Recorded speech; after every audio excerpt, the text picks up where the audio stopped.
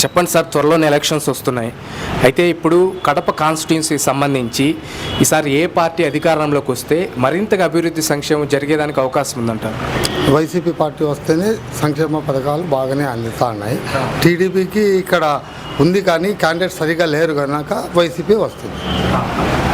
సరే, అయితే కడప కాన్స్టిట్యున్సీ నుంచి వైసీపీ పార్టీ నుండి అంజద్ బాషా గారు ఈసారి పోటీ చేస్తున్నారు కదా, తన యొక్క విజయ అవకాశాలు ఎట్లా ఉన్నాయి సార్? ఆయనకు ముందుగా ఉన్నాయండి, అతనే గెలుస్తాడు.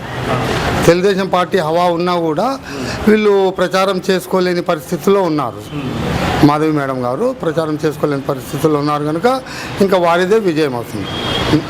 నేను కూడా తెలుగుదేశం పార్టీ కార్యకర్తనే, కానీ వాస్తవం అదేనండి. అందరూ మనసుల్లో అదే ఉండాలి. ఖచ్చితంగా మళ్ళీ అంజద్ బాషా వస్తారు.